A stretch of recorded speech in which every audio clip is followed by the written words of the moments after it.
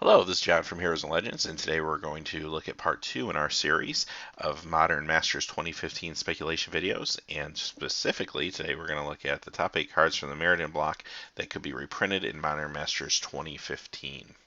So a few rules before we get started. We are speculating on cards that were printed as a rare or a mythic rare, so we're not looking at uncommons or commons for this countdown. We are not counting any cards printed in the original Modern Masters. At the time of this recording, we have had no confirmation that any cards from Modern Masters will be seen again in Modern Masters 2015.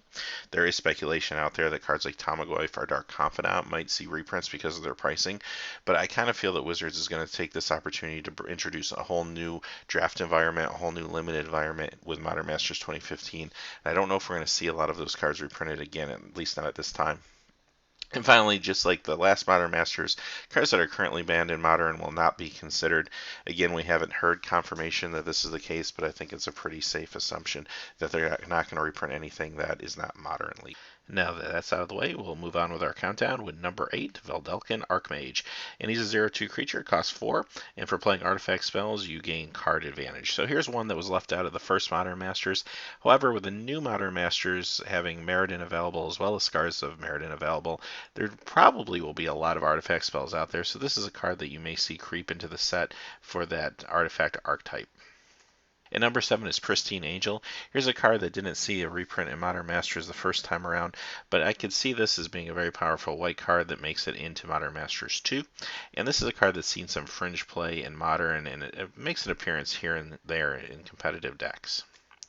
Number 6, Sundering Titan. This is a big cube card, and maybe more of a cube card than a modern card, but I think Modern Masters is also a vehicle to get some cards for cube as well as commander out there into players' hands. And here's one that's a great example of a card that's a big splashy creature, has it comes into play effect, and it leaves a play effect that's very big. It could be a nice rare or even possibly a mythic rare, and a lot of players will want one of these or foil one of these for their cubes.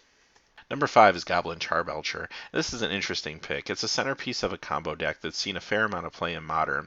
However, Wizards has not really supported combo in Modern and doesn't want to see that archetype get out of hand. So there's a chance for that reason alone it might not see a reprint. However, it is a card that's seen a lot of play.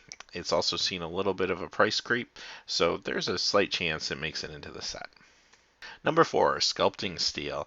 A little bit of a surprise that we didn't see this in the first Modern Masters. For 3, you basically get to clone or copy an artifact that's in play. Very powerful card and sees a little bit of play in Modern.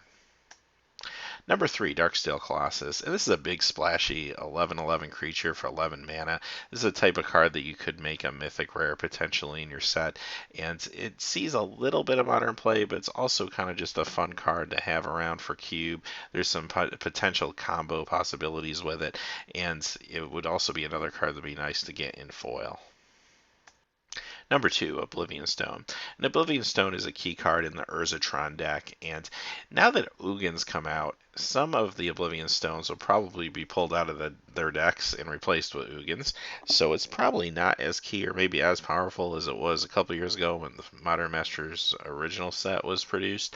However, it was a card that still sees a lot of play. I'm sure we'll continue to see a lot of play in Modern, and it would be nice to get some more copies out there since the price is starting to increase on this one.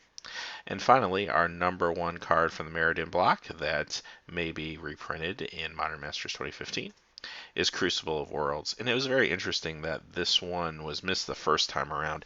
I think a lot of players expected it to be in Modern Masters, and when it wasn't there, the thought process was, well, it's probably going to show up pretty soon in another core set or something like that, and it really didn't. So this time around, I think it's got a great chance of making it into Modern Masters, if for no other reason. You have the Zendikar block, which is going to have a lot of landfall mechanics, and I feel there's going to be a landfall deck in the limited environment, and this is a great card to complement that strategy. So this has a very good chance, I think, of making it into Modern Masters 2015. So having said that, hopefully we didn't forget or miss any cards from Mirrodin.